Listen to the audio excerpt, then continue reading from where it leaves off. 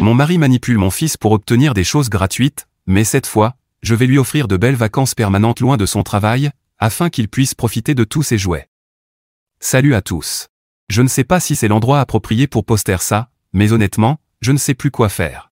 Je me sens frustrée, impuissante, et surtout trahie. Je ne cherche pas de conseils juridiques ni quoi que ce soit d'aussi sérieux, mais je veux faire quelque chose pour que mon ex comprenne à quel point ce qu'il fait est mal. Mais avant tout, laissez-moi tout raconter depuis le début pour que vous compreniez pourquoi je suis aussi en colère. Pour commencer, je suis une mère célibataire. J'ai un fils de 12 ans qui signifie absolument tout pour moi, et je l'élève pratiquement seul depuis que j'ai divorcé de son père, il y a 6 ans. Mon ex-mari, appelons-le Mike, et moi avons été mariés pendant 5 ans avant que tout s'écroule. Honnêtement, au début, ce n'était pas si mal. Il était drôle, charismatique, et il trouvait toujours un moyen de me faire rire. Mais la vérité, c'est qu'il n'a jamais vraiment grandi. C'était quelqu'un d'impulsif, surtout quand il s'agissait d'argent. Je me souviens de 2 incidents qui ont marqué le début de la fin. Le premier, c'est lorsqu'il a décidé, sans me consulter, de dépenser 2000 $ pour un abonnement annuel à un service de vin haut de gamme. Nous ne buvions même pas autant de vin. Il disait que c'était un excellent investissement parce qu'il allait apprendre tout ce qu'il y a à savoir sur le vin, mais il n'a jamais dépassé le stade d'ouvrir quelques bouteilles coûteuses, la plupart des autres, nous les avons offertes à des amis ou à la famille. Et bien sûr, l'abonnement a fini oublié dans un coin. L'autre exemple, celui qui m'a laissé sans voix, c'est quand il a acheté un jet ski sans même avoir d'endroit où l'utiliser. Nous n'habitons ni près d'un lac ni de la mer. Sa logique était qu'on pourrait faire des voyages familiaux au lac le plus proche, à 3 heures de route. Ce qu'il n'a pas précisé, c'est que ces voyages familiaux impliquaient de dépenser encore plus d'argent en essence, en location de camions, et en frais de mise à l'eau et de stationnement. Au final, il s'en est servi 2 fois avant que la machine ne prenne la poussière dans le garage. Je n'ai pas de problème à ce que Mike dépense son argent comme il l'entend, mais le problème, c'est que lorsqu'il n'en avait plus, c'était moi qui devais payer les factures et remplir le frigo. Et franchement, j'en ai eu assez. J'étais la seule adulte dans cette relation depuis bien trop longtemps, et j'ai fini par comprendre que je ne pouvais plus continuer ainsi. Je ne voulais pas passer le reste de ma vie à m'occuper d'un homme qui se comportait comme un enfant irresponsable. La procédure de divorce a été un vrai cauchemar. Mike l'a très mal vécu. Il m'a supplié de ne pas le quitter, il a pleuré, m'a écrit des lettres, m'a bombardé de promesses vides disant qu'il allait changer. Mais je savais qu'il ne le ferait pas. Ce qui le dérangeait vraiment, ce n'était pas la fin de notre relation, c'était de perdre sa nourrice personnelle. Mike ne voulait pas devenir un homme indépendant, il avait besoin de quelqu'un pour le cadrer et le maintenir sous contrôle. Le jour où le divorce a enfin été prononcé, j'ai ressenti un mélange de soulagement et d'irréalité. Le juge avait entendu tous les arguments et examiné les preuves, et bien que notre fils doive vivre principalement avec moi, le juge a aussi décidé qu'il passerait les week-ends et certaines semaines de vacances avec son père. C'était l'un des pires aspects pour moi, non pas parce que je voulais priver mon fils de son père, mais parce qu'il était évident que Mike n'était pas apte à être un modèle responsable. Je me souviens que, pendant notre mariage, Mike avait laissé notre fils chez un voisin pour partir spontanément à Las Vegas pendant 2 jours avec ses amis, sans même me prévenir. Notre fils avait alors 5 ans, et je n'arrivais pas à croire à quel point c'était irresponsable. Mais malgré mes réserves, je ne pouvais rien y faire. Le juge n'a rien vu de suffisamment alarmant dans son comportement, et même si j'ai parlé de son impulsivité et de son manque de jugement, apparemment ce n'était pas suffisant. Je ne pense pas qu'il s'agissait de favoritisme envers les hommes, j'ai lu assez d'histoires où les juges favorisent les femmes, mais c'était frustrant, et j'ai dû m'y faire. Avec le temps, je dois admettre que Mike s'est un peu amélioré comme père. Je ne dirais pas qu'il mérite un prix, mais il a été un peu moins impulsif avec l'argent et semble avoir gagné en responsabilité. Peut-être que notre divorce a été le choc dont il avait besoin. Désormais, au moins, il verse la pension alimentaire régulièrement et il s'implique davantage dans la vie de notre fils, du moins, c'est ce que je croyais jusqu'à récemment. Laissez-moi vous expliquer ce qui m'a vraiment poussé à écrire ici. Tout a commencé par ce que je pensais être de simples demandes de la part de mon fils. Comme n'importe quel garçon de 12 ans, il me demande parfois des choses, et cela ne me dérange pas. Je comprends qu'à son âge, il soit normal d'avoir envie de nouveaux objets. Quand j'étais enfant, moi aussi je demandais de l'argent à ma mère pour sortir ou pour un jouet. Tant que ce n'est pas extravagant, je trouve cela normal. D'abord, il m'a demandé une batte de baseball. Aucun problème. Il ne s'était jamais vraiment intéressé au sport, et je me suis dit que ce serait bien pour lui d'essayer quelque chose de nouveau. Avant de la lui acheter, je lui ai dit qu'il devait la gagner en m'aidant à tondre la pelouse. Il a accepté, et tout semblait aller bien. Je lui ai acheté la batte, mais ensuite, il ne s'est inscrit à aucune équipe de l'école et ne l'a jamais utilisée à la maison. Il s'avère qu'il l'a emportée chez son père, et je ne l'ai plus jamais revu. Ensuite, il y a eu la canne à pêche. Il m'a dit qu'il allait faire une sortie pêche avec un ami et sa famille, ce qui me paraissait une bonne idée. Là encore, je ne la lui ai pas simplement offerte, je lui ai demandé de m'aider à ranger le garage avant. Il l'a fait, donc je l'ai acheté. Mais, Comme pour la batte, elle a fini chez son père, et je ne l'ai plus jamais revue. Et le plus frustrant, c'est qu'il n'est même jamais allé à cette fameuse sortie pêche dont il m'avait parlé. Le pire, c'est quand il m'a demandé une nouvelle console de jeux vidéo, assez chère, avec un jeu en particulier. Pour moi, c'était déjà une grosse dépense, et je lui ai dit que s'il la voulait vraiment, il devait participer à son financement. Je lui ai proposé de tondre les pelouses des voisins pendant quelques semaines pour économiser un peu, et ensuite je compléterai le reste. Ça me semblait être une bonne façon de lui enseigner la valeur du travail et de l'argent. Et il l'a fait. Il a travaillé dur, tondant plusieurs pelouses du quartier, et au final il avait suffisamment économisé pour que je paie le reste. Je lui ai acheté la console, et nous avions convenu qu'il ne pourrait y jouer que le week-end, car la semaine il devait se concentrer sur l'école. Cela me semblait raisonnable. Mais la même chose s'est reproduite avec la console, elle est partie directement chez son père. Au début, je ne me suis pas inquiété, puisqu'il n'était censé y jouer que le week-end. Mais il y a quelques jours, une amie à moi, la femme d'un ami de Mike, m'a raconté quelque chose qui m'a laissé bouche bée. Son mari allait souvent chez Mike pour jouer aux jeux vidéo. Je lui ai demandé à quel jeu il jouait, et quand elle me l'a dit, j'ai compris ce qui se passait vraiment. Mon ex utilisait notre fils pour me faire acheter des choses qu'il voulait. Tout a commencé à s'éclairer, la batte, la canne à pêche, et maintenant la console. Rien de tout cela n'était vraiment pour mon fils, c'était pour Mike. Ce qui est encore pire, c'est que mon fils avait travaillé pour obtenir ces choses, pour que son père les utilise. En d'autres termes, il manipulait notre fils et s'en servait pour obtenir des objets. Quand mon fils est rentré lundi après avoir passé le week-end chez son père, j'ai décidé de lui parler de ce qui se passait. Je lui ai demandé s'il avait beaucoup joué à son nouveau jeu, et il a répondu « pas trop ». Alors je lui ai demandé si son père l'utilisait. Au début, il avait l'air mal à l'aise, comme s'il ne voulait rien dire, mais il a fini par avouer. Il m'a dit qu'il ne pouvait pas beaucoup y jouer parce que son père s'en servait tout le temps. Il m'a même dit que Mike avait acheté de nouveaux jeux, mais quand notre fils voulait jouer, son père ne le laissait pas parce qu'il était occupé à l'utiliser. Pire encore, mon fils a avoué que son père lui avait ordonné de ne rien me dire, que s'il parlait, il serait puni et n'aurait pas le droit de jouer à la console. Alors qu'en réalité, mon fils ne jouait pas beaucoup de toute façon. Il m'a aussi raconté que les autres cadeaux, comme la batte et la canne à pêche, son père l'avait convaincu de les demander pour qu'ils puissent les utiliser ensemble, mais maintenant Mike les utilise tout seul. Je n'en pouvais plus, alors j'ai décidé d'affronter Mike directement. Je suis allé chez lui à l'improviste, et la dispute qui a suivi a été, pour le dire gentiment, intense. Je lui ai dit que je savais ce qu'il faisait et qu'il devait rendre toutes ces choses pour qu'elles soient à la maison et que notre fils puisse les utiliser quand il le voudrait. Mike, bien sûr, a refusé net. Il m'a dit que ce sont des choses qu'un père et son fils seuls peuvent apprécier ensemble, ce que j'ai trouvé ridicule. J'ai clairement dit que soit il rendait tout, soit il en subirait les conséquences. Quelles conséquences? Honnêtement, je ne sais pas.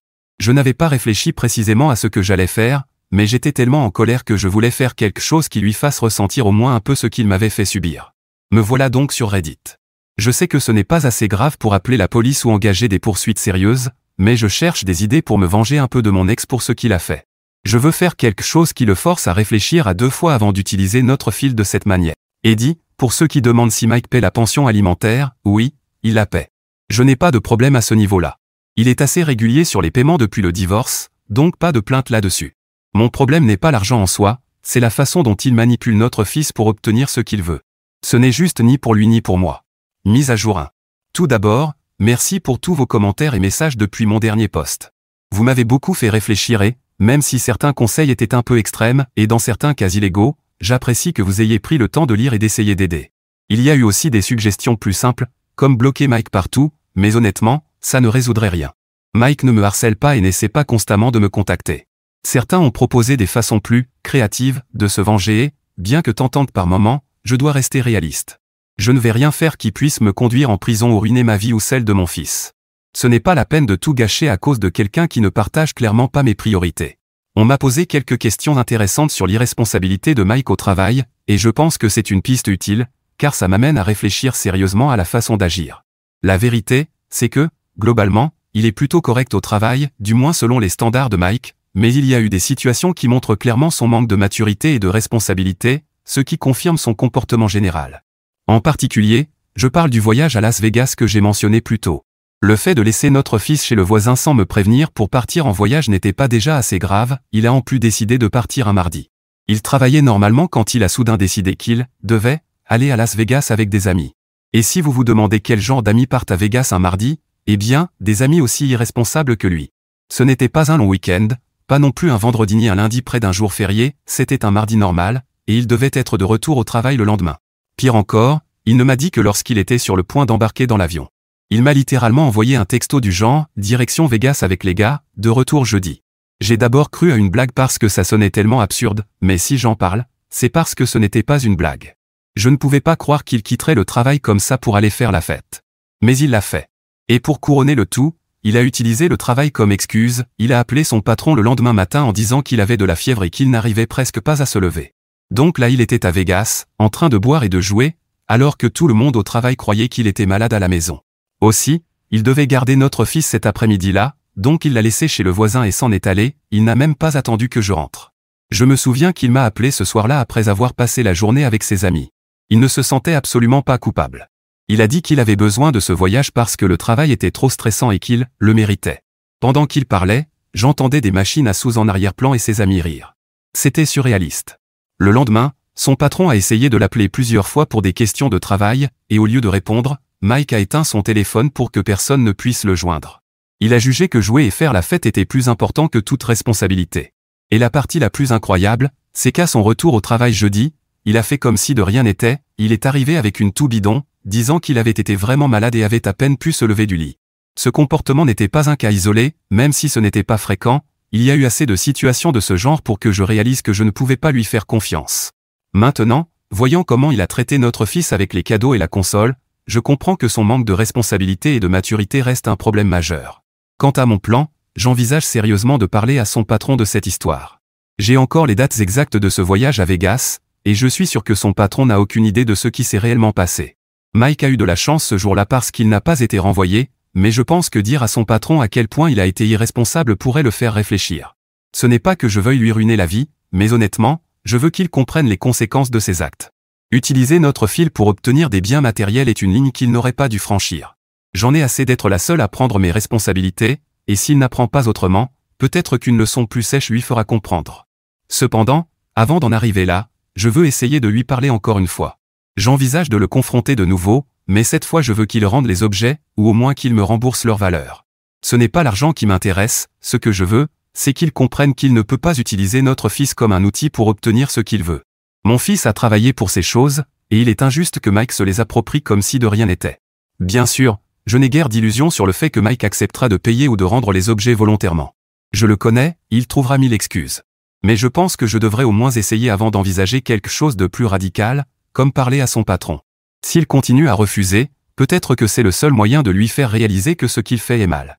Peut-être que faire peser de vraies conséquences sur sa vie professionnelle lui fera enfin comprendre qu'il ne peut pas continuer à esquiver ses responsabilités. Je vais lui parler cette semaine et voir comment ça se passe. Je n'ai pas beaucoup d'espoir qu'il change d'attitude, mais au moins je veux pouvoir dire que j'ai essayé avant de faire quelque chose de plus sérieux.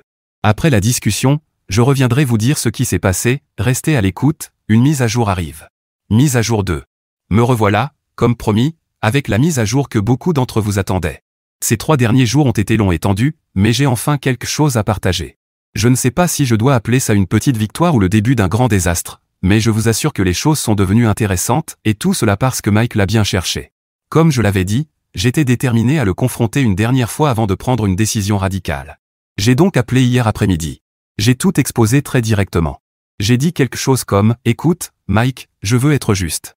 Rends-moi les choses que tu utilises, ou au moins rembourse-moi leur valeur.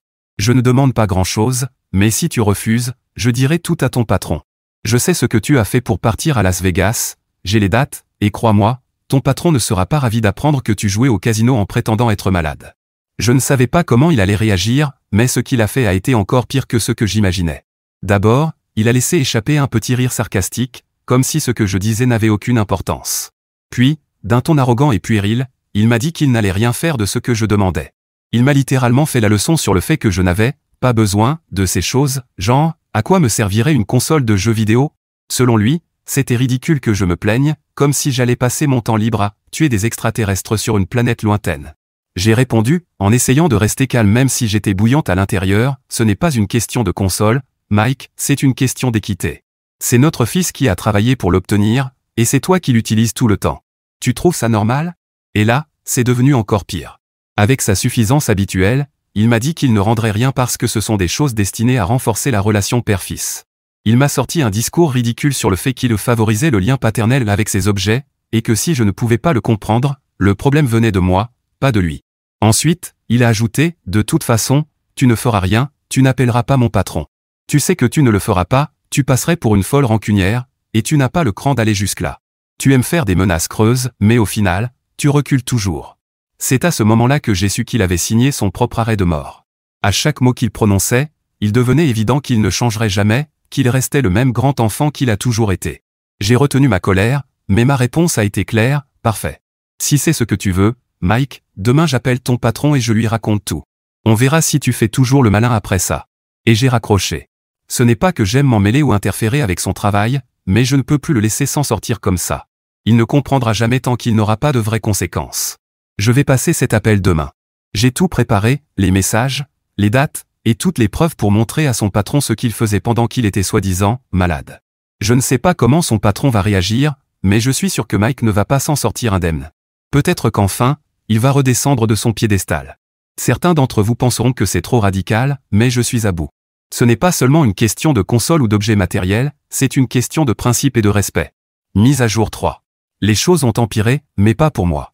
Comme beaucoup d'entre vous le savent, j'étais prête à agir, et j'ai appelé le patron de Mike, comme je l'avais promis.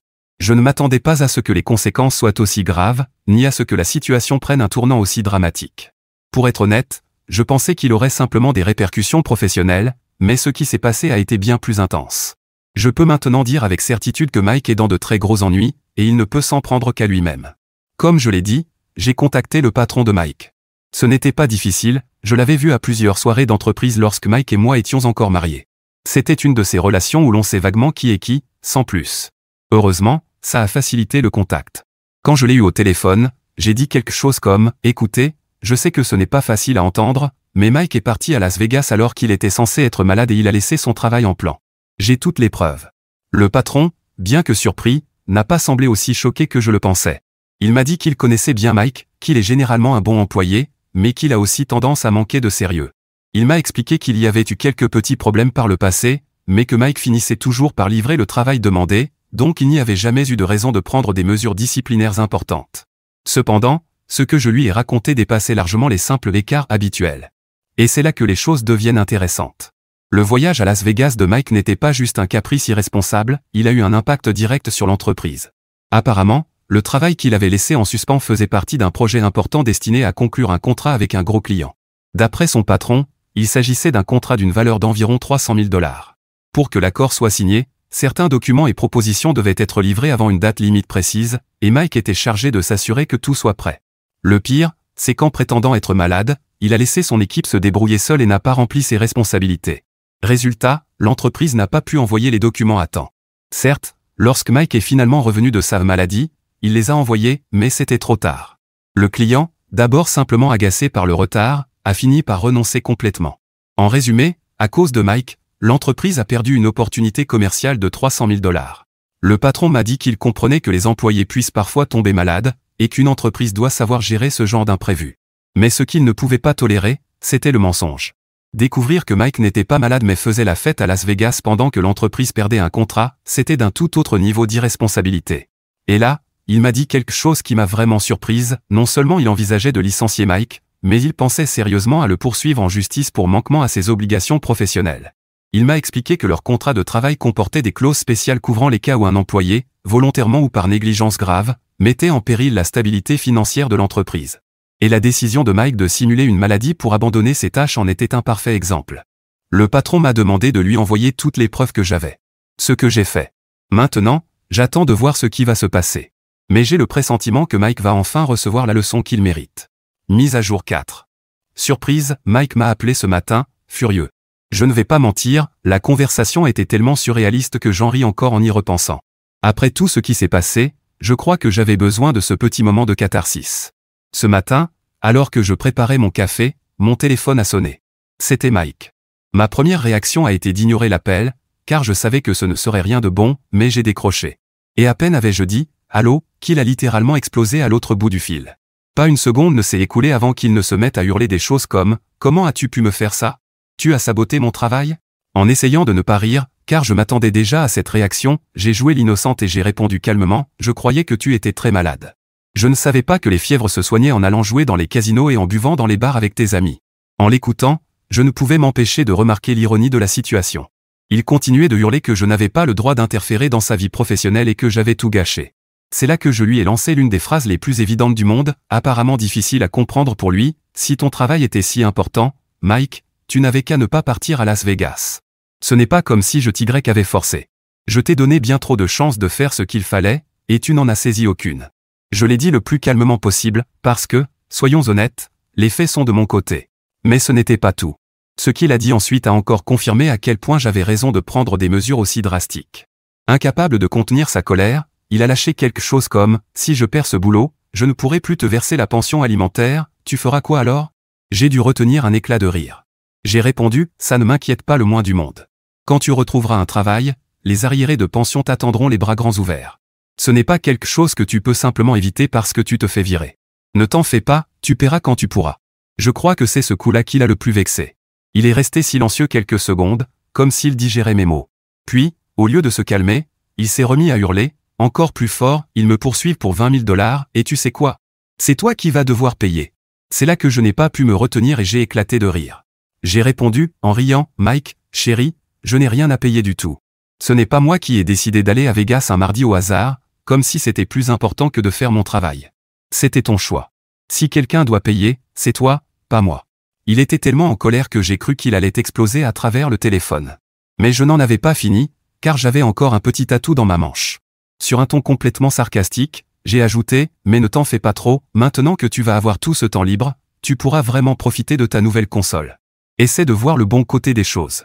Ce pourrait être une belle occasion pour toi d'économiser un peu d'argent. Au lieu de le dépenser dans les bars ou pour des bêtises impulsives, tu pourrais rester à la maison et rattraper tes jeux vidéo en retard. Je peux parfaitement imaginer la tête qu'il a faite en entendant ça. Il était si furieux qu'il en bégayait.